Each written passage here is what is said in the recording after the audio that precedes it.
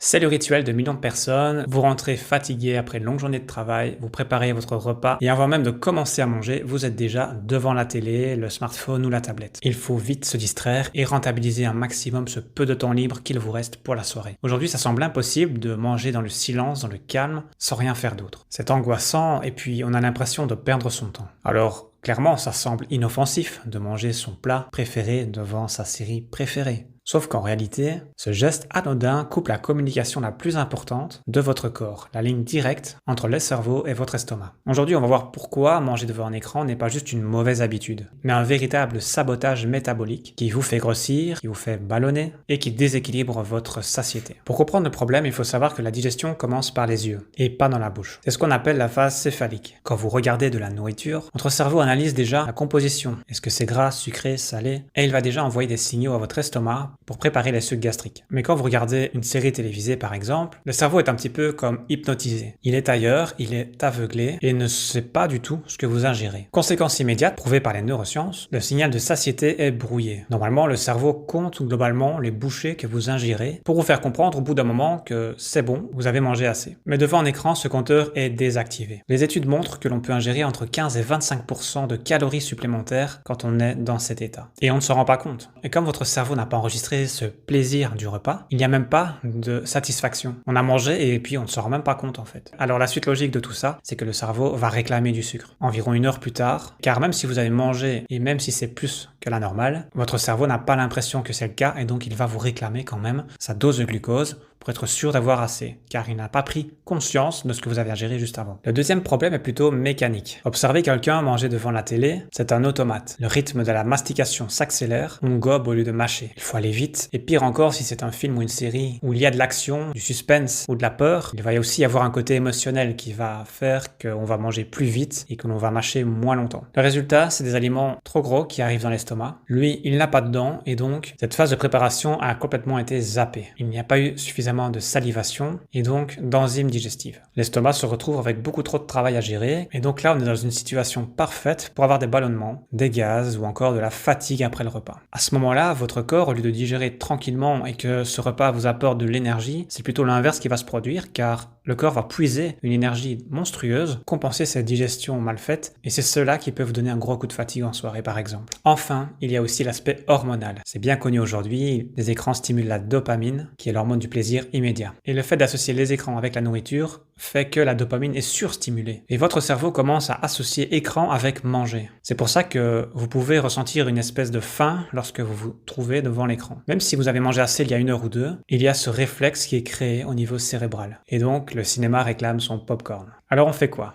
On jette les écrans? Pas forcément. Cela dit, je vous lance quand même le défi de tester pendant 1 semaine la monotage alimentaire. Pendant les 15-20 minutes, le temps que vous mangez, ne faites que ça. Pas de téléphone, pas de livre, pas de musique. Juste vous et votre assiette. Au début, ça va être gênant. Vous allez vous ennuyer, mais observez. Dézoomez et observez-vous. Et rendez-vous compte à quel point vous êtes devenu addict, accro, agité et incapable finalement de manger simplement dans l'instant présent, comme peut-être vous le faisiez quand vous étiez enfant. Vous allez manger plus lentement, vous allez mâcher plus longtemps. Vous sentirez le goût des aliments. Vous arrêterez de manger naturellement, quand vous n'aurez plus faim. Vous allez vous reconnecter à cette sensation, à cette réelle satiété. La digestion sera plus légère, plus fluide, et vous aurez plus d'énergie après le repas, pour autant que celui-ci soit bien équilibré. Alors autant à l'époque c'était plus compliqué, quand on ne voulait pas louper quelque chose à la télé en direct. Aujourd'hui, on n'a plus d'excuses. On peut mettre pause. On peut continuer plus tard, que ce soit la télé ou le streaming. Alors bien entendu, cette façon de faire ne va pas être facile dans tous les cas de figure. Si vous êtes au travail avec vos collègues, ça va être plus compliqué de manger dans le silence, évidemment. Cela dit, je vous invite tout de même à essayer, ne fût-ce que le soir chez vous, de mettre ça en place si c'est possible. Et pour vous aider, je vous ai créé une petite fiche récapitulative des bonnes choses à faire autour du repas. Vous pouvez la télécharger avec le lien ci-dessous. Ça pourra vous aider pour pratiquer cette routine, que ce soit en test ou de manière durable. Et si vous avez des petites astuces, n'hésitez pas à les partager en commentaire.